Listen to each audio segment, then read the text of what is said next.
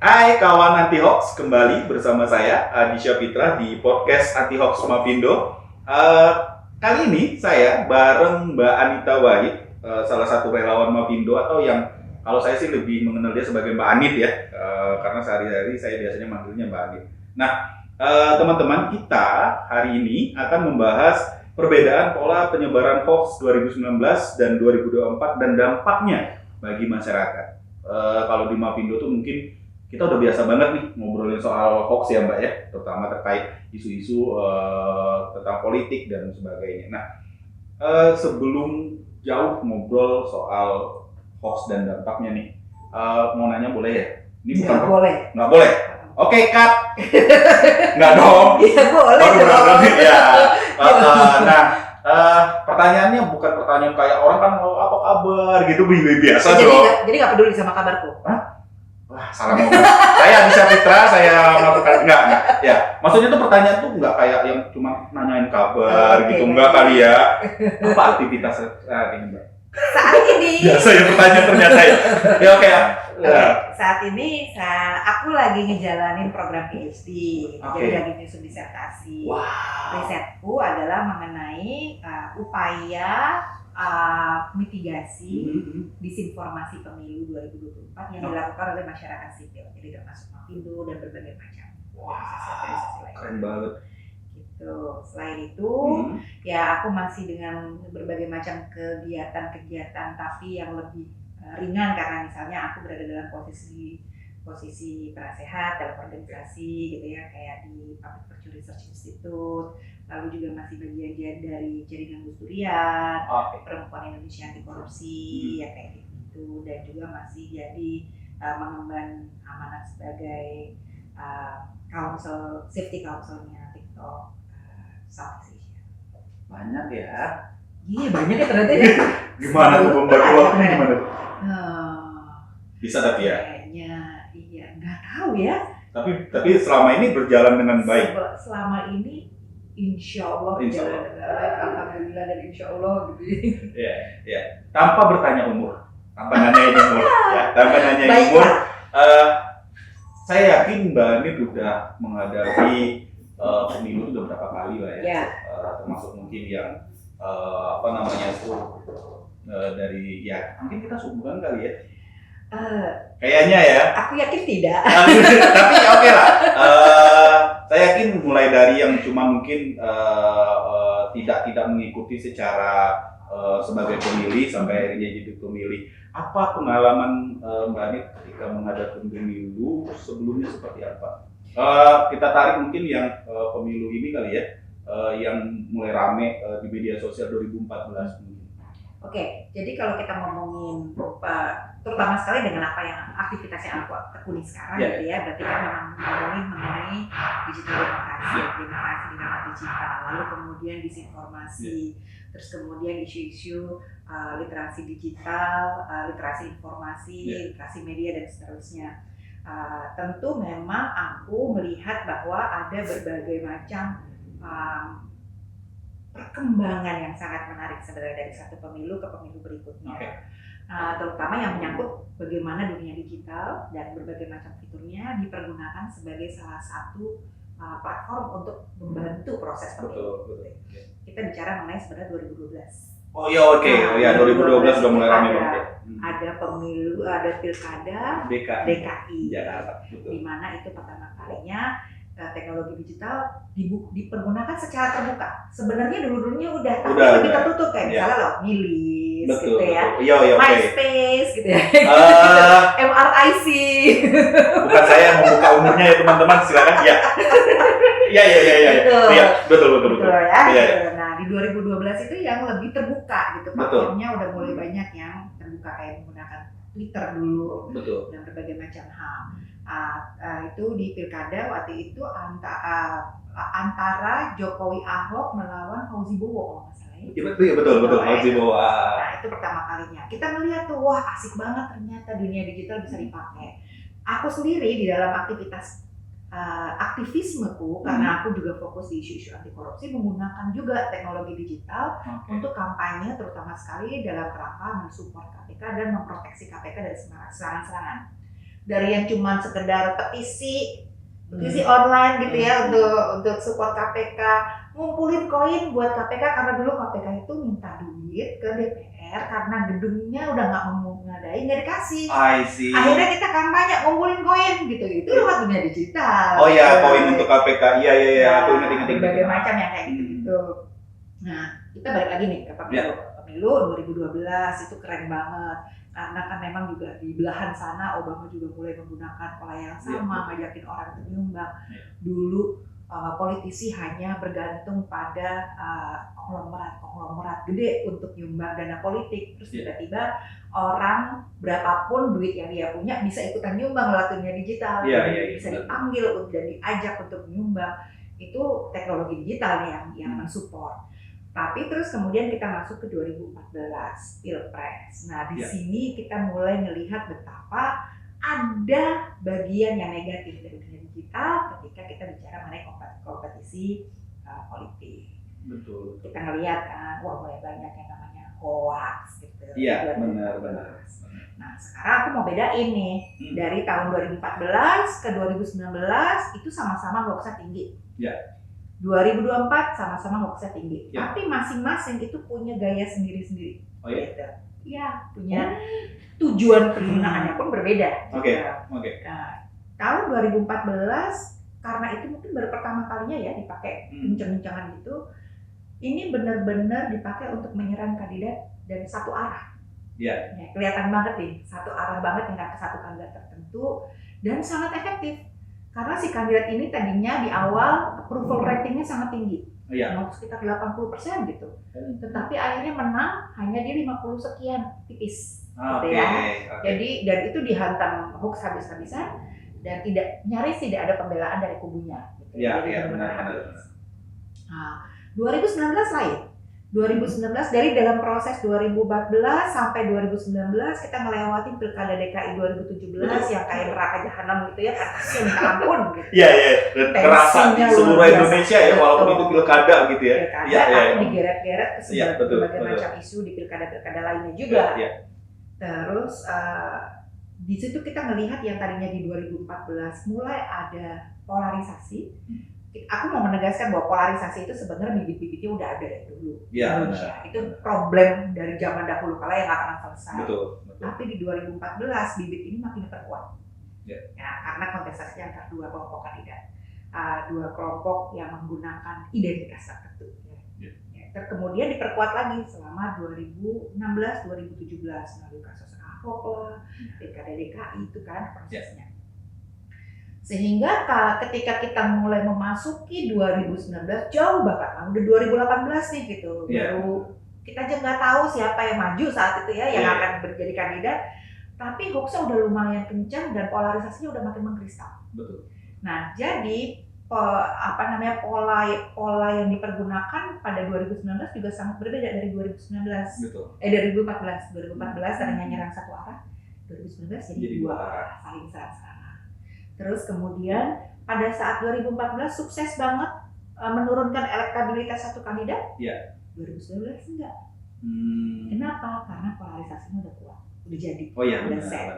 Jadi hoax yang misalnya aku buat untuk menyerang kamu tidak akan membuat orang-orang yang berpikir ulang. Tadinya ada di kelompok ini kemudian berubah, ada di kelompok kamu kemudian berubah menjadi kelompok enggak. Ya, jadi udah saking udah setnya, udah jadi gitu. Akibatnya sebenarnya tidak efektif untuk menurunkan elektabilitas. Lalu kalau gitu kenapa masih dipakai? Kenapa tuh? Karena menurut aku tujuannya adalah untuk memelihara kebencian. Supaya kebencian ini yang kemudian bisa dimanfaatin untuk macam-macam tujuannya. Nggak cuma pas pilpres aja, tapi pasca pilpres juga. Nah, perbedaan lagi yang terakhir itu adalah bahwa di 2014 hoax pertama yang muncul yang ngomongin soal penyelenggaraan dan penyelenggara pemilu itu munculnya di minggu terakhir sebelum coblosan. Benar. Gitu. Kalau 2019 bahkan kampanye aja belum mulai, hoax yang menyerang penyelenggaraan pemilu sudah mulai dan gencar sekali sampai bahkan setelah selesai pengumuman, setelah sidang dan segala macam, bahkan sampai sekarang pun masih banyak hoax yang berasal dari situ itu Betul. masih dipakai sekarang.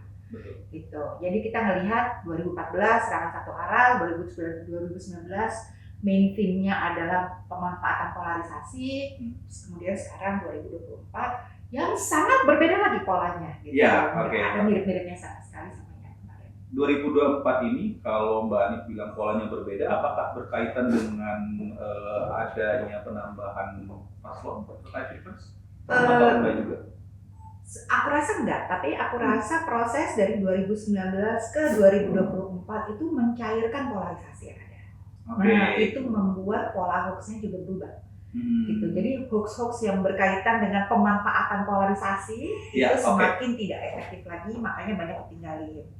Gitu. Nah, kemudian ditambah lagi dengan kandidatnya nambah, maka otomatis polarisasi juga nggak terlalu bisa memanfaatin. Jadi memang modelnya model yang sangat berubah banget. Modelnya sudah tidak lagi mengenai narasi hoaxnya. Narasi hoax itu kalau dulu di 2014 dan 2019 itu di awal, di fase awal dipergunakan untuk membentuk kebencian kita. Sekarang kebalikan. Kita dibikin jatuh cinta dulu sama kandidat-kandidat, sehingga udah kecantol, abis itu kita ngerasa bahwa apapun yang dilakukan si kandidat ini itu benar. Apapun yang bertentangan dengan itu artinya hoax. Iya, betul. Jadi kalau ada kritik terhadap kandidat kecintaan saya itu Iya. Sebagai seorang pemeriksa fakta di Mavindo, saya bisa ngerasain itu sebenarnya bahwa silakan. Memang sengaja ngasih kesempatan minum. Aku ngerasain bahwa kayak gini, Mbak. Hoax tentang pemilu 2024 ataupun yang terkait dengan pemilu 2024 itu menurut aku udah mulai muncul setelah beberapa waktu, nggak makan waktu beberapa bulan, malahan bentar banget, mungkin sebulan 2 bulan setelah Pilpres 2019 selesai. Ada salah satunya adalah soal 3 periode, ya kan? Atau penundaan pemilu. Isu penundaan pemilu ini bahkan lebih kencang ketika COVID berlangsung di Indonesia. Nah, ini juga yang mungkin membuat tadi mungkin sudah dijelasin Mbak Anit ya, boleh di replay ulang kali ya kalau mau tahu jawabannya apa. Jadi Mbak Anit tidak perlu menjelaskan. Nah, perbedaan pola ini tadi gitu, adanya perbedaan pola di 2019 bahwa 2024 isu pemilu 2024 itu bahkan sudah dimulai setelah beberapa saat setelah pemilu 2019 selesai. Bahkan di Mavindo ini saya bicara data dikit aja, bahwa kita itu tahun 2022 Mbak, Mavindo itu membuat artikel terkait pemilu 2024 itu hanya 46 artikel kalau tidak salah. Sorry kalau saya nanti mungkin editor bisa kasih link bit.ly sheet-nya Hoax Pemilu 2024 ya. Kalau nggak tahu nanti saya kirim. 2023 tahu nggak Mbak kita bikin artikel berapa terkait pemilu 2024? 645 artikel. Tahu ya perbedaannya antara per tahun ini aja udah tahu. Januari kita buat artikel lebih dari 50 terkait Januari 2024 maksudnya. Kita bikin lebih dari 50 artikel terkait pemilu 2024. Jadi pola, kemudian cara juga yang digunakan itu memang berubah, terkait dengan digitalisasi tadi juga berubah, semakin mudah orang akses dan lain-lain. Nah, tapi tadi udah ngomongin pola, Mbak Ani juga mungkin udah ngomongin lah dampaknya dikit dari hoax yang beredar. Tapi ada nggak sih yang Mbak Ani sudah bisa lihat dampak dari penyebaran disinformasi terkait pemilu 2024 ini? Oke, tapi sebelum ke arah situ aku mau sedikit ke belakang mengenai apa yang kamu omongin gitu ya, mengenai ada hoax yang terkait dengan 3 putaran, lalu kemudian penundaan pemilu dan segala macam. Nah itu sebenarnya kenapa aku mau balik lagi ke situ, karena sebenarnya salah satu hal yang membuat urusan hoax di tahun 2024 ini jauh lebih kompleks, jauh lebih rumit, nggak cuma permasalahan penggunaan teknologinya, tetapi juga karena memang ranah fact checking atau ranah penentuan hoax itu kan sangat tergantung dengan hal-hal yang sifatnya ada hal yang bisa dijadikan rujukan sebagai bahan verifikasi. Betul. Sementara kalau misalnya kita ngomongin mengenai isu-isu adanya keinginan untuk menjalankan pemilu penundaan pemilu Betul. atau isu-isu adanya keinginan untuk menjalankan presiden 3 periode, itu adalah sesuatu yang sifatnya itu gitu, isu ya di isu-isu yang mungkin beredar di kalangan politisi yang kemudian dengan sengaja lalu dikeluarkan sebagai bagian dari operasi informasi misalnya, tetapi bukan sesuatu yang di real time-nya kita bisa lakukan verifikasi bahwa iya atau tidak gitu, benar atau salah, itu nggak bisa. Nah, kita kan melihat gitu bahwa pola yang kayak gini banyaknya minta ampun di 2024. Berbagai macam hal yang kita mungkin bisa merasakan, tetapi kita nggak tahu apa yang harus dipergunakan sebagai acuan verifikasinya gitu. Nah, terutama sekali salah satu hal yang kelihatan banget adalah bagaimana para supporter antar kandidat ini sangat menggunakan dan memanfaatkan ketidakmampuan masyarakat untuk membedakan antara opini dengan fakta. Itu yang menurut aku kita perlu hati-hati gitu ya, karena memang sekarang ini ya kayak yang tadi aku cerita gitu, kalau misalnya aku pendukung kandidat A, kamu pendukung kandidat B, aku bilang kandidat B itu begini dan kamu nggak setuju, maka terus kamu bilang enggak itu hoax gitu. Jadi sekarang pendukung antar kandidat dengan mudahnya nge-labelin opini yang tidak disukai sebagai hoax. Padahal nge-labelin hoax itu ada banyak sekali kaidah yang harus diturutin gitu, nggak bisa sembarangan. Opini jelas nggak bisa di-labelin dengan hoax. Akibatnya apa ini? Nah ini aja dampaknya udah ribet banget gitu, karena membuat masyarakat kita jadi makin bingung apa yang bisa dianggap sebagai hoax atau enggak. Semakin mudah untuk jadinya nanya ini hoax apa bukan sih gitu. Ketimbang menjadi semakin lebih jernih dalam melihat oh ini hoax, oh ini opini, oh ini apa gitu. Ini salah satu dampaknya. Lalu kemudian ada lagi pola lainnya yang kita lihat adalah banyak sekali hoax-hoax itu dipergunakan dengan mengandalkan ketidaktahuan masyarakat mengenai prosedur-prosedur demokratis yang ada di dalam konteks pemilu maupun di luar pemilu. Jadi misalnya kita melihat di banyak laporan nih dari wilayah-wilayah yang bilang bahwa ini kalau misalnya saya didatengin, desa kami didatengin karena dibilangin bahwa kalau misalnya tidak memilih kandidat ini maka nanti kami tidak akan mendapatkan bantuan apa gitu misalnya, program apa gitu. Terus kalau misalnya kami ada satu orang aja nggak memilih, maka nanti satu desa tidak dapat bantuan. Itu kan karena nggak paham bahwa prosedur demokrasi dalam penentuan siapa yang berhak untuk mendapatkan bansos bukan lewat itu. Bukan berdasarkan saya milih siapa gitu. Tetapi ada prosedur lain yang harus diikuti dan ditaati oleh pengambil kebijakan. Nah ini yang sering banget dimanfaatin gitu di lapangan untuk saling berusaha nakut-nakutin sesama pemilih. Ini bahaya banget, selain orang makin jauh dari pemahaman mengenai demokrasi yang ada, juga semakin bingung gitu dan semakin rentan untuk misalnya ditakut-takutin, diintimidasi, dipaksa-paksa untuk mengikuti pilihan-pilihan tertentu gitu. Itu yang bahayanya. Akibatnya ya lagi-lagi integritas pemilu kita ini bertaruhkan. Ini menarik banget bahwa kadang mungkin jangankan mungkin orang lain ya, kadang aku pribadi aja masih susah loh Mbak bedain apa sih sebenarnya yang mana masuk kampanye negatif, yang mana masuk kampanye black campaign ataupun kampanye hitam, ya kan?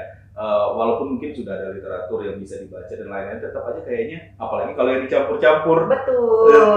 Kadang ada juga opini yang diawali mungkin kalau kita kan kayak misalnya, kalau saya merasa itu kan bisa kita kategorikan opini kalau udah dimulai dengan kata-kata, tapi di belakangnya ada data nih, datanya salah gitu. Nah ini juga kadang jangankan mungkin masyarakat awam ataupun ini mungkin orang-orang seperti saya yang udah jadi pemeriksa fakta gitu juga masih agak kebingungan gitu kadang. Ini opini atau fakta gitu. Ini bisa ditimbang atau diklarifikasi atau enggak gitu. Salah satu sebenarnya cara yang bukan mudah ya, tapi kayak semacam jadi panduan kita untuk melihatnya mana yang opini dan mana yang fakta.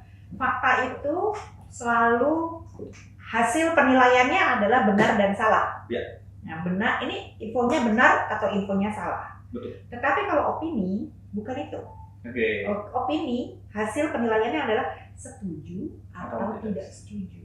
Ya. Gitu. Jadi saya nggak bisa bilang opini itu benar atau salah, tapi saya bisa bilang saya setuju sama pendapat itu, sama pandangan. Saya nggak setuju sama pandangan itu. Dua-duanya butuh support. Supportnya apa? Support argumen, support data dan segala macam. Nah, jadi tambah pengetahuan nih teman-teman bahwa opini itu juga bisa ditimbang, tapi memang kalau dia mengandung data dan datanya tentunya salah dan tidak ajak bahwa ini benar salah gitu ya. Karena diawali dengan opini, bukan seperti klaim-klaim kayak misalnya memunculkan konten asli dibarengi dengan narasi yang salah, itu kan kita bisa menyalahkan narasinya gitu. Nah, salahin dulu. Iya. Dia salahnya dia, salah kamu? Itu makanya. Salah opininya. Bingung kan? Nah, nah itu yang sering jadi kebingungan, terutama ketika pemilu 2 kali 2019 dan 2024 itu kan Mapindo melalui program Cepata kita mengadakan live fact checking gitu. Nah ini juga kalau saya melihat, saya yang terlibat banget itu 2019. Kalau 2024 ini kan cuma bantu sebagai operator dan lain-lain, jadi tidak terlalu mengikuti gitu debatnya. Tapi kalau 2019 tuh ngerasa karena membantu sebagai pemeriksa fakta. Banyak banget klaim-klaim yang keluar dari paslon, itu tuh kita bingung gitu. Ini tuh janji, opini, atau fakta yang disampaikan, atau klaim ataupun gimana gitu. Nah ini nih mungkin bisa jadi pelajaran kita ke depannya juga untuk menghadapi pemilu ini ya, seperti yang Mbak bilang tadi, harus bisa nih membedakan mana opini, mana fakta, mana janji, mana seperti yang Mbak Ani sampaikan, proses pemilu yang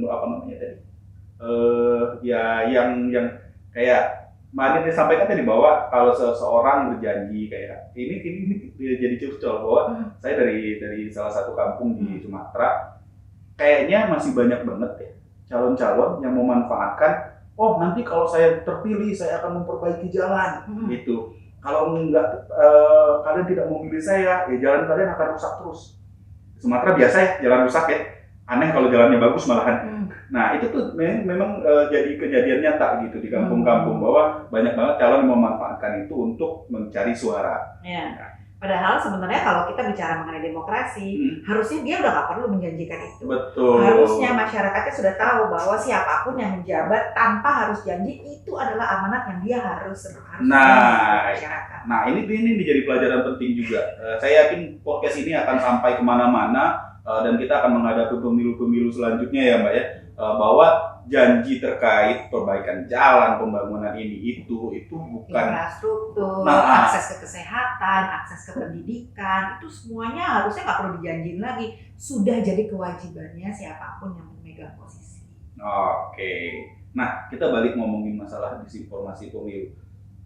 Ya sebenarnya mungkin sudah berulang kali ditanyakan ke Mbak Anit bahwa apa sih Mbak yang bisa kita lakukan untuk menciptakan pemilu yang tetap damai, tetap asik, dan ya mungkin sebagai relawan Mapindo pastinya pertanyaan utamanya adalah cara untuk melawan disinformasi.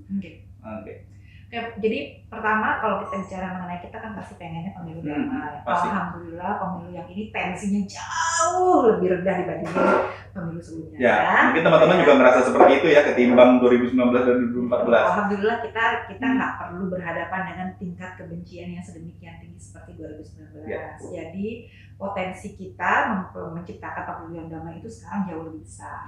Dan potensi peredaman konflik yang kemungkinan akan ada itu juga jadi jauh lebih besar gitu ya. Jadi kita lebih mampu lah untuk menjaga perdamaian.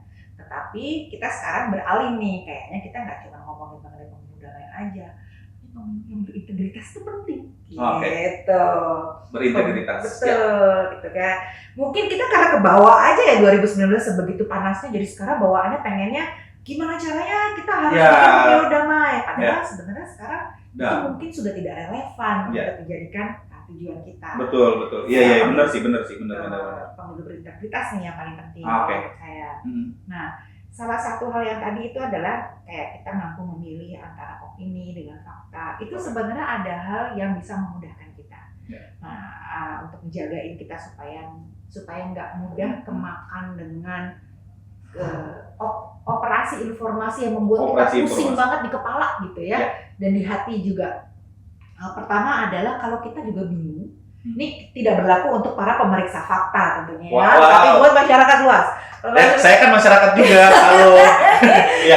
Pemeriksa fakta harus detail, harus clear labelnya apa Harus. ya, Ya. harus. Udah jadi beban moral sendiri ya. Oke. Tapi buat saya satu tips ini penting, yaitu adalah jangan pernah menganggap opini, memegang opini sebagai fakta. Jangan pernah memegang opini sebagai fakta. Camkan itu. Jangan pernah. Kalau ragu nggak tahu ini opini atau fakta, udah anggap aja bukan fakta, tapi opini. Oke. Jadi kita nggak menganggap si opini itu sebagai kebenaran mutlak. Oke. Karena problemnya dengan fakta, karena dia benar dan salah, maka ketika dia benar, kita menganggapnya sebagai kebenaran mutlak. Ya. Nah, kalau kemudian opini kita jadikan kebenaran mutlak, itu yang membuat kita jadi mudah sekali dan rentan untuk jadi target propaganda, target hoax, target segala macam yang negatif-negatif dan black campaign itu. Nah, sekarang kita tahu gitu ya, apalagi teman-teman yang masih muda-muda itu karena mereka melihat betul bagaimana 2019 kakaknya, orang tuanya, tante, om, kakek neneknya itu kayaknya bertikai melulu di mana-mana gitu. Mereka punya kecenderungan untuk nggak suka sama yang sifatnya benci-benci gitu. Jadi mereka tuh senangnya adalah nyari sosok yang bisa dijadikan panutan, idola. Mereka pengen terinspirasi. Betul. Pengen cinta gitu karena mengidolai kandidat-kandidat ini, dan itu bagus gitu karena kita pengennya memang orang-orang fokus pada kelebihan-kelebihan kandidat, tetapi tetap harus menjaga diri supaya tetap bisa kritis menjaga diri terhadap mereka, terhadap semuanya, jadi terhadap kandidat-kandidat yang kita cintai itu, kita idolakan, terus yang kita anggap sebagai lawannya, idola kita, juga kita kritis, juga terhadap penyelenggaraan pemilu, terhadap penyelenggara pemilu, dan terhadap semua sektor yang ikut serta di dalam pemilu, termasuk dengan masyarakat sipil juga. Oke, sesama pemilih. Gitu. Betul, sesama pemilih, sesama misalnya petugas KPPS. Yang lagi rame banget nih. Ya, dulu lagi rame. TPPS, sekarang KPPS ya. KPPS. Oke. Segala macamnya itu kita perlu melihatnya dari kacamata kritis gitu. Walaupun saya cinta setengah mati sama kandidat gitu misalnya, aduh meleleh. Bucin kata anak sekarang ya. Aku tak bisa tanpanya kalau dalam. Gitu. Mbak Ani kalau bucin kayak gitu berarti ya. Oke, lanjut Pak. Langsung pikir dulu. Iya, oke, sorry. Bener juga sih, tapi emang iya. Itu banget kayak bucin kayak gitu ya. Kenapa jadi pribadi aja lanjut Mbak? Kita lagi ngomongin masalah-masalah kan nih. Itu sisi lainnya. Boleh nanti kita ngobrol soal pribadi Mbak Ani. Enggak dong. Ya, oke silakan Mbak. Jadi sampai mana tuh tadi? Ngeblank kan? Sama saya juga. Soalnya aku langsung kebayang wajah-wajah orang-orang yang dicintai. Gemes ya. Jadi walaupun kita bucin, kita tetap mesti bisa mengkritisi, gitu. Tetap mesti bisa tahu yang dia omongin ini apa, ini ngegombalin gue aja atau emang real gitu. Sesuatu yang masuk akal. Ini dia nutup-nutupin apa yang terjadi di masa lalu atau memang real gitu. Atau memang sekarang dia punya stand yang berbeda dibandingin dulu. Misalnya itu kan beda banget gitu ya. Mengkritisi itu.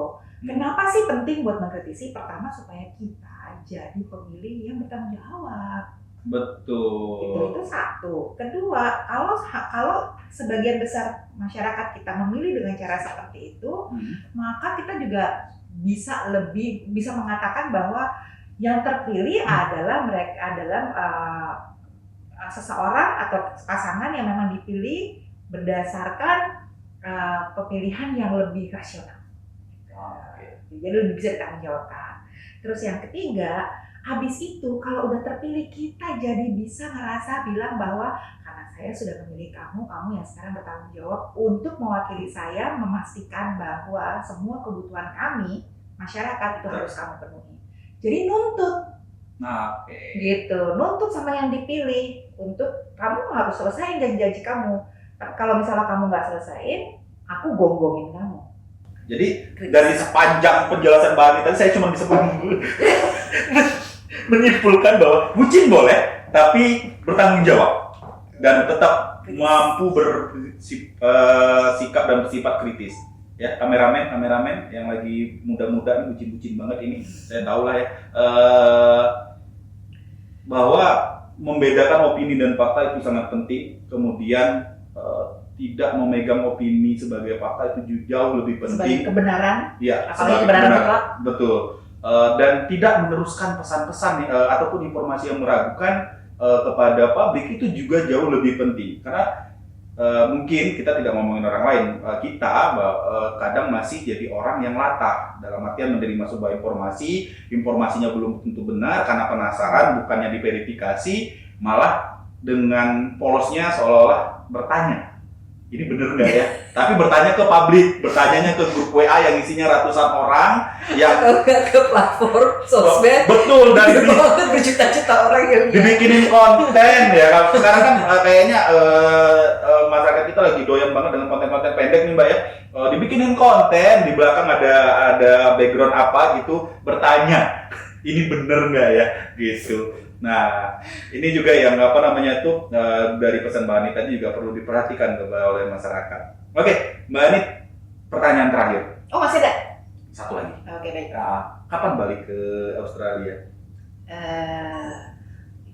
Ada kemungkinan Maret aku udah balik lagi ke sana, tapi mungkin tergantung pemilunya seperti apa. Kalau misalnya 2 putaran ya mungkin aku akan lebih lama di Indonesia. Oke, berarti untuk menyelesaikan riset terlebih baik. Pertanyaan tadi sebenarnya untuk memastikan bahwa saya balik. Iya, maksudnya tuh kira-kira risetnya kapan selesai, kemudian dari riset itu nanti kira-kira lagi menuntut pendidikan kan di sana kapan selesai, berarti kan tergantung pemilu juga 1 putaran atau 2 putaran. Cuma harapan pasti saya adalah semoga Mbak Anit bisa menyelesaikan semua dengan lancar. Amin. Menjadi catatan baik. Semoga, nggak boleh nyebut amin ya? Nggak apa-apa lah. Oke, jadi semoga. Nggak gitu konsepnya ya. Kan tetap aja bahwa ya memang susah ya teman-teman. Saya dari tadi kayak gini tuh bingung banget, takut banget nunjukin jari, cuman jadi ngeblank kan. Cuman gitulah teman-teman. Moderator amatiran kayak saya tuh mudah banget ngeblank, apalagi berhadapan dengan Mbak Anit. Tadi tuh maunya berdoa bahwa semoga riset Mbak Anit berjalan dengan lancar, pendidikannya bisa menjadi